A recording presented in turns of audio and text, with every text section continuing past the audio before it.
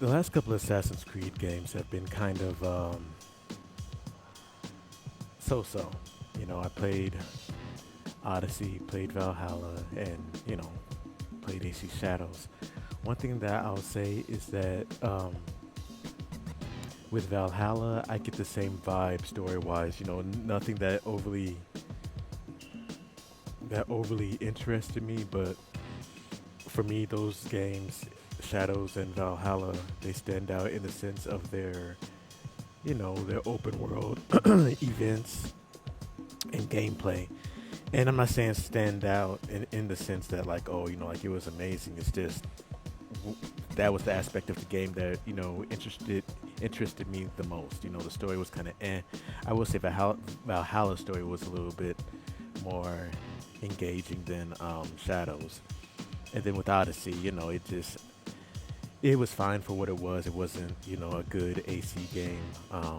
They had some interesting systems that if Ubisoft had fleshed out more, it could have really been something fascinating.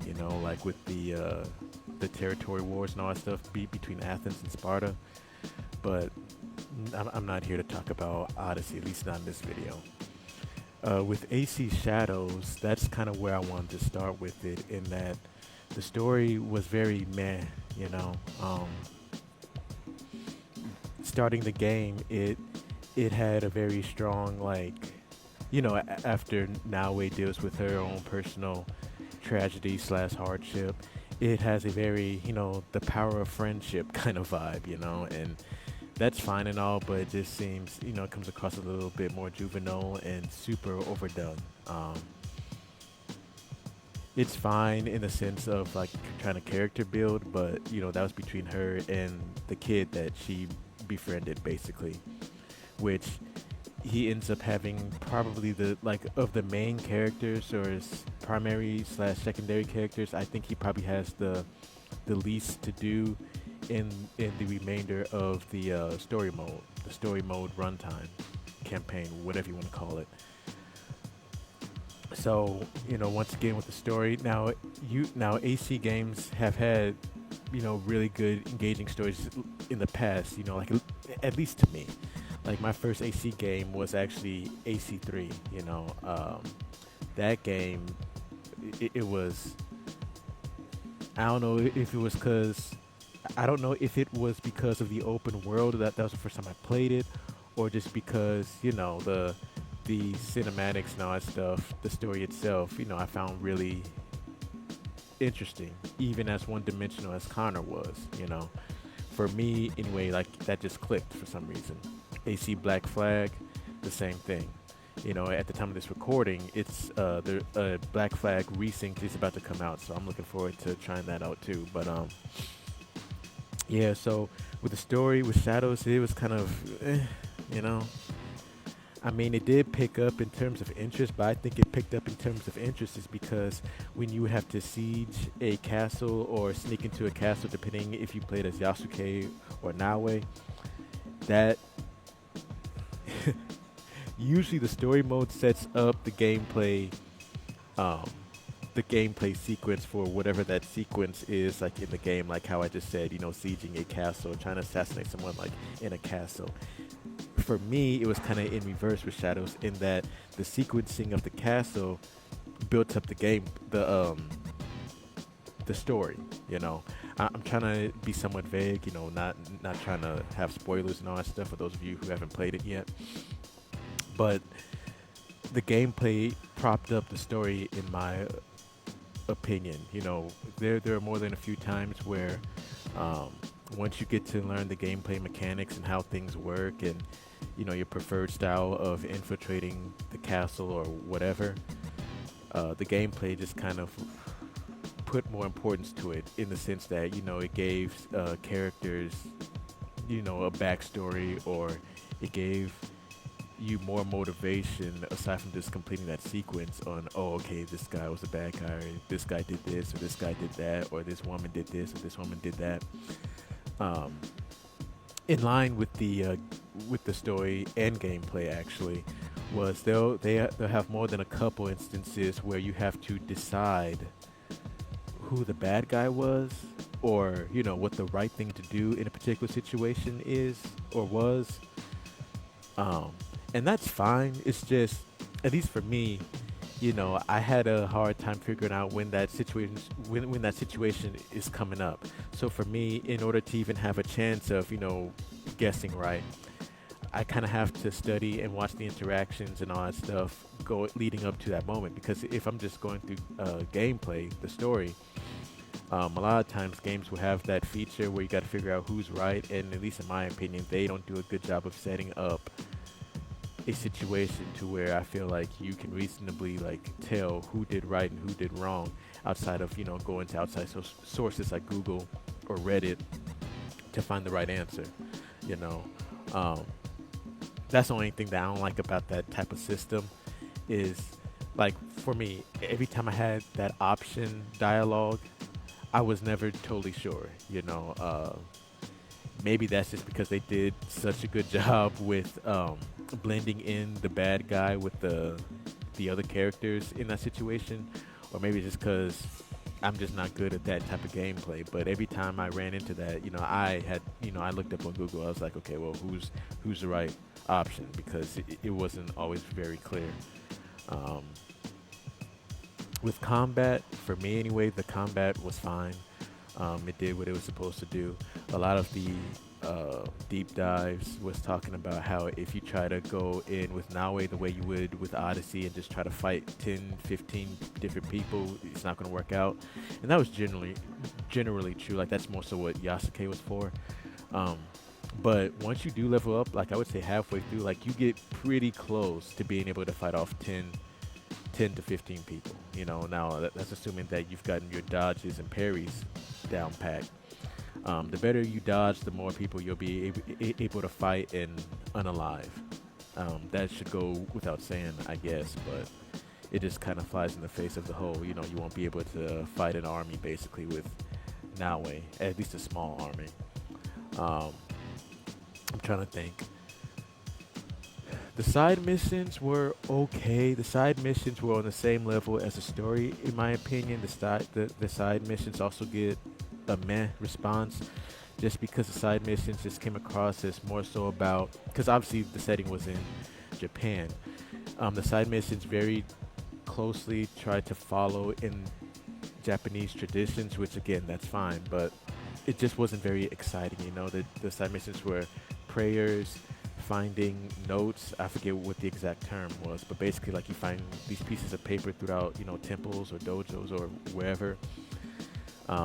So prayers, finding notes, and then as Yasuke, you could learn swordsmanship, horse riding. So all very low key, almost tranquil type of side quests, side missions, and that system isn't very engaging. Like I'm not a big, solve the puzzle kind of person. And for example, like with the papers, there was quite a few solve the puzzle type of things where it's like, you gotta run around this temple, and like initially the temple areas are small, so it's not that hard. But as it get bigger, it actually takes some looking forward to get them done.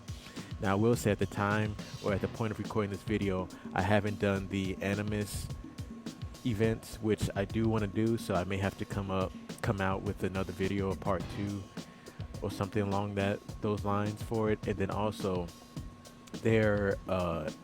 Ubisoft had added some extra post-game content, free content from what it looks like, after you complete the game.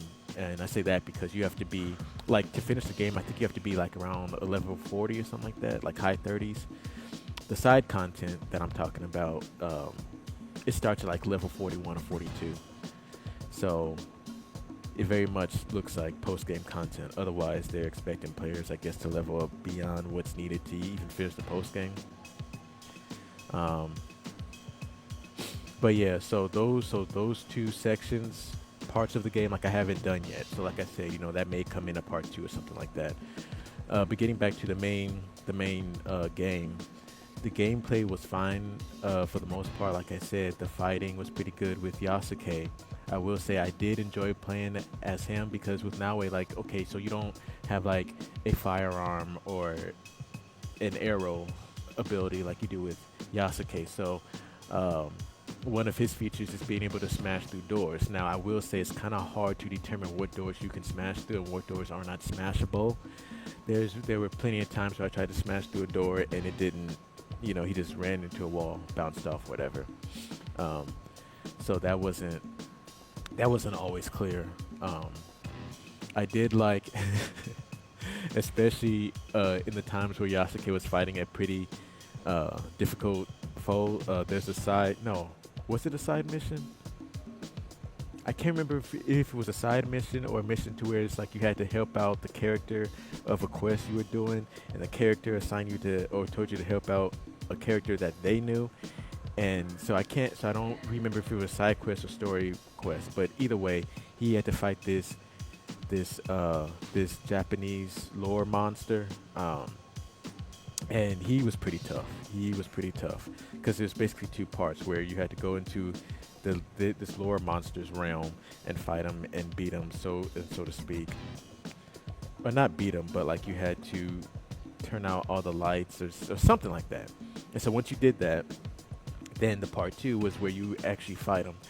And so he was pretty tough. So I'm saying this to say the firearm and the arrow came in handy, you know. And with that said, based on how much you level up, it can be a little OP.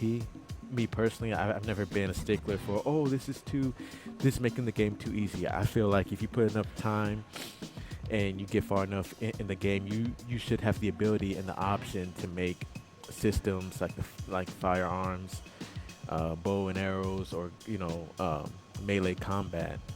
You should be able to have something that's OP or develop something to the OP point. So that's one thing about me that's probably different from a lot of creators that talk about something being OP or too easy or what have you. You know, like I like that aspect of gaming. I'm trying to think what else. They do add story beats or storylines like halfway through and kind of towards the end, like Yasuke's his storyline really picked up towards the back half of the game, which is fine, I guess. Like you don't even have him as a character until close to midway through the game, depending on how quickly you move through the game.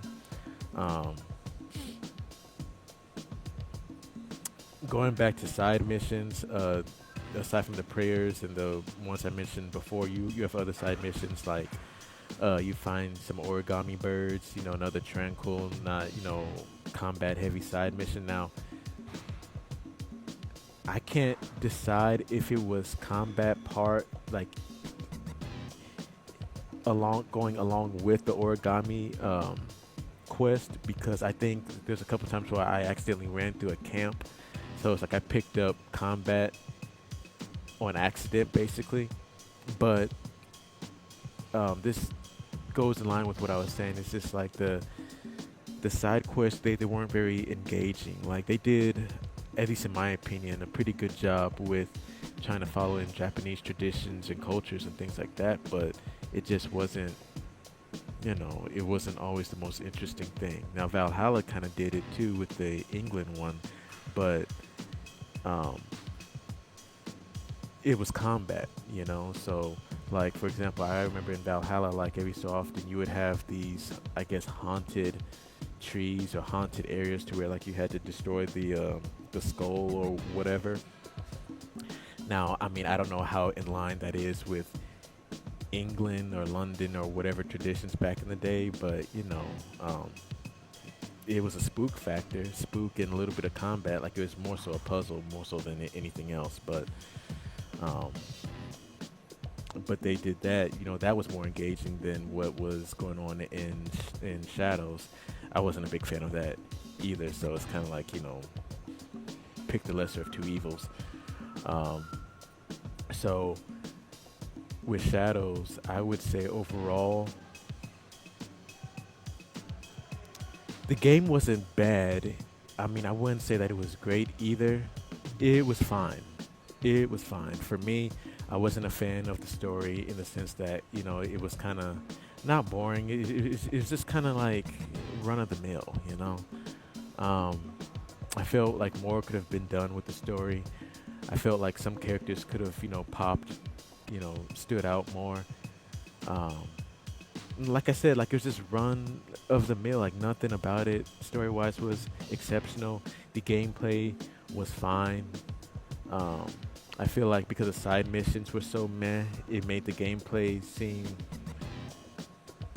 less eventful than what it actually was. I was hoping that because they had they had different utilities that Nawe could do, and they didn't have the berserk darts. Like I love the berserk darts, in Black Flag. You don't get them till later in the game, but they didn't have that. So they had features, gameplay systems that weren't in Shadows. So it's just the gameplay was meh. You could go prone and lay flat like in the water to sneak up. It wasn't very often where I used that. There were times where I did use it, so I won't say that it just was unnecessary.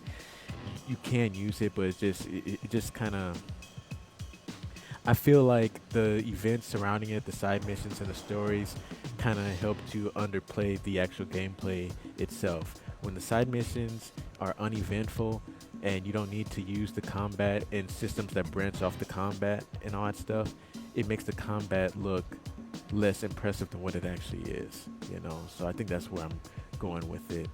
Um, and then from what I've heard and read, the ending was a little botched in that to get the full gist of the ending, you had to buy the DLC, because towards the end, Naue gets information that's very important to her. And like a lot of people feel like that information was originally supposed to be in the Shadow, the main story game. And for whatever reason, I guess the developer Ubisoft ran out of time or whatever. But the point is it's not, So a lot of people say that it feels rushed. For me personally, I was kind of like at that point, like I was, I kind of wanted the story to end. I mean, at that point, I was kind of over the story. Um, I like the modes, the gameplay in terms of like the fighting and all that stuff. You get to fight two dudes that are wearing watermelons on their head, and that becomes, I guess, an arc in of itself. So that was interesting. But overall, Shadows to me, like I said, was meh. It's like it was fine. It wasn't bad. It wasn't great. It was just fine. Um, so that's just how I, see it. So um, I look forward to playing more of like the side mission based stuff, and maybe, like I said, come out with a part 2.